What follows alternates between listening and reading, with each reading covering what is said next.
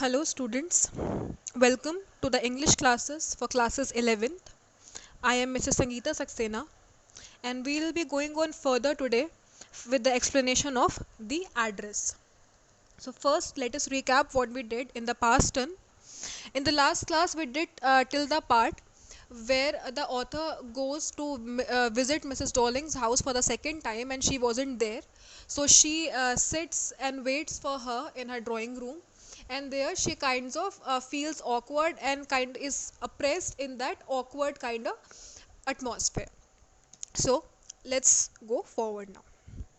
I looked up. The girl put cups ready on the tea table.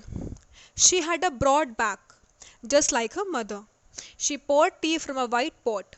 All it had was a gold border on the lid. I remembered. She opened a box and took some spoons out. That's a nice box. I heard my own voice. It was a strange voice, as though each sound was different in this room. So now the girl offered the author if she wanted to have some tea. So then she looks up. When the author looks up, the girl was preparing the tea table. She was keeping the cups on the tea table. She had a broad back. उसका जो back portion था वो भी चौड़ा था, just like her mother, जैसा कि Mrs Dorling का था. She poured tea from a white pot. वो चाय एक white pot से निकालती है, and the author remembered that there was just a gold border on the lid. Author को ये चीज़ याद थी कि उस पॉट के बॉर्डर पे सिर्फ एक गोल्ड बॉर्डर था. She opened a box and took out some spoons. उसके बाद वो एक बॉक्स खोलती है and she takes out some spoons. That's a nice box. I heard my own voice. It was a strange voice, as though each sound was different in this room. So author उसको compliment करती है that you have a nice box, and she also says that my voice was sounding kind of weird in that room. उसको अपने खुद की आवाज़ बहुत ही strange सी लगती है. वो कहती है कि इस रूम में सब कुछ बहुत ही अजीब सा लगता है, हर साउंड बहुत ही different आ रही है. Oh, you know about them. She had turned round and brought me my tea. She laughed. My mother says it is antique. We have got lots more. She pointed round the room. See for yourself. तो उसके बाद वो लड़की एकदम से बहुत ज़्यादा amuse हो जाती है. She is too much amused by that compliment and she says, oh do you know them, तुमको पता है that these box are antiques and what ever.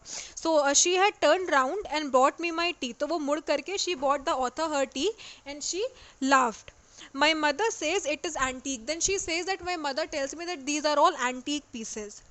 We have got lots more. She says that you look around for yourself. We have got a lot more of these kind of things in here. Next, I had no need to follow her hand. I knew which things she meant.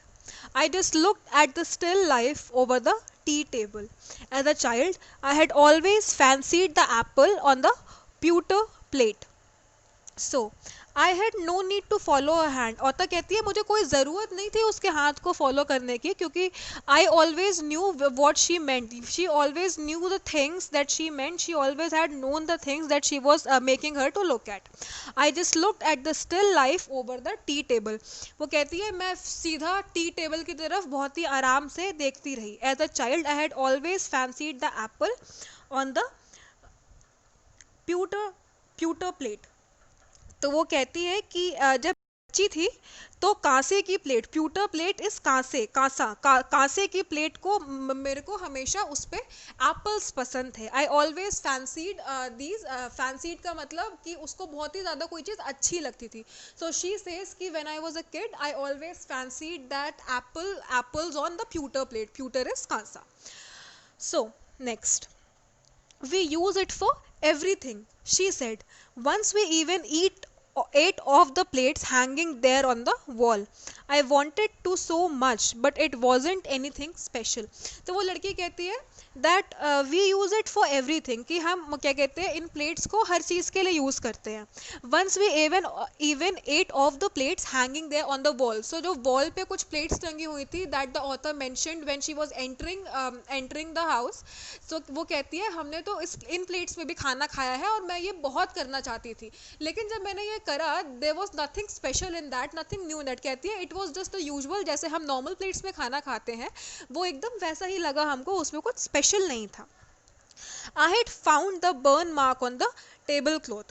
Now the author says कि जो वो burn mark table cloth पे ढूंढ रही थी, उसको जो table cloth पे she remember that there was a burn mark on that table cloth somewhere near the edge. तो वो कहती है कि मुझको अब वो बात मिल चुका था. The girl looked questioningly at me. तो वो जो गर्ल थी उसको समझ में नहीं आया कि क्या हो रहा है, तो वो एक मतलब क्वेश्चन फेस के साथ कि ये क्या हो रहा है वो उसकी तरफ देखने लगी. Yes, I said, you get so used to touching all these lovely things in the house, you hardly look at them anymore. You only notice when something is missing because it had to be repaired or because you have lent it, for example. तो कज author ने ज़्यादा कुछ reply नहीं करा उसकी बातों पे, तो फिर वो लड़की क्वेश्चनिंगली ऑथर की तरफ देख रही थी. Now the author says, yes I said, you get so use to all the things. वो कहती है कि इतनी सारी चीज़ें हमारे घर के अगल बगल हैं, तो हम लोग उनको देखते देखते इतने यूज टू हो जाते हैं कि हम उनकी तरफ रोज़ देखते ही नहीं है. उसको टच करना, उनको देखना हमारे लिए इतना यूजुअल होता है कि हम रोज़ उनकी तरफ ध्यान ही नहीं देते हैं.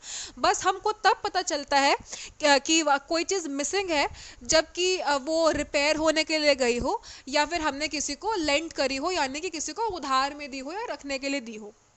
फॉर एग्जाम्पल, तो वो एक काइंड ऑफ व्यंग कसते हुए कहती है, सरकास्टिकली कहती है कि देखो ऐसे मतलब ये वाला पॉइंट कि किसी को लेंड करी हो. वो ऐसे नॉर्मली कहती है कि इतनी सारी चीज़ें हमारे अगल बगल हैं, हम रोज़ यही रहते हैं, तो हम यूज टू हो चुके हैं उनके लिए.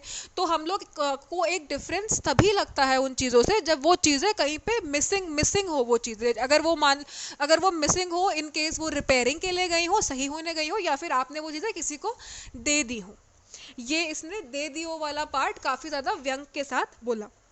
Again, I heard the unnatural sound of my voice and I went on. I remember my mother once asked me if I would help her polish the silver. It was a very long time ago and I was probably bored that day, or perhaps I had to stay at home because I was ill, as she had never asked me before. I asked her which silvers she meant and she replied, surprised, that it was the spoons, forks and knives, of course. And that was the strange thing. I didn't know the cutlery we ate of every day was silver. उसके बाद author फिर से एक अपना incident उस लड़की को बताती है. वो ये कहती है कि एक तो पहली बात, उस रूम में सारी की सारी वॉइसेस बहुत ही अननेचुरल और बहुत ही डिफरेंट लग रही थी. तो मुझे उसके बाद वो इंसिडेंट ये बताती है कि मुझे याद है एक बार मेरी माँ ने मुझे बोला था कि क्या तुम वो सिल्वर को पॉलिश कर दोगी. वो कहती है कि क्या जो तुम्हारी ये जो सिल्वर है, इनको तुम अब इनकी सफाई कर दोगी. तो फिर क्या होता है कि वो कहती है कि उस दिन बहुत ही पुरानी बात है ये, मैं उस दिन घर पे थी, मे बी मैं इल थी या मेरी तबीयत ख़राब थी, इस वजह से मैं घर पे थी, और मेरी माँ ने मुझसे ये सब करने के लिए कभी नहीं बोला था. तो ये पहली बार था जब उन्होंने बोला कि तुम ये सिल्वर्स पॉलिश कर दो. तो मैंने उनसे पूछा, आप मुझे ये बताइए आप किस सिल्वर की बात कर रही हैं. तो उसकी माँ ने उसके तरफ बहुत ज़्यादा सरप्राइज हो करके देखा कि तुमको नहीं पता कि जो स्पून्स और फोर्क्स और नाइफ से हम खाना खाते हैं वो सब के सब सिल्वर के हैं. और उसको ये बात इतनी अजीब लगी कि वो जानती ही नहीं थी कि जिस चीज़ से वो खाना खाती थी वो एक्चुअली सिल्वर था. ये एक इंसिडेंट ये ऑथर डार्लिंग की डॉटर को बताती है. So I think this much is it for today. In the next turn, we'll be done with the chapter. Only some of the paragraphs are left. So I'll take one more class for this chapter, and next we'll start with the next chapter of your main reader. So that's it for today. Thank you.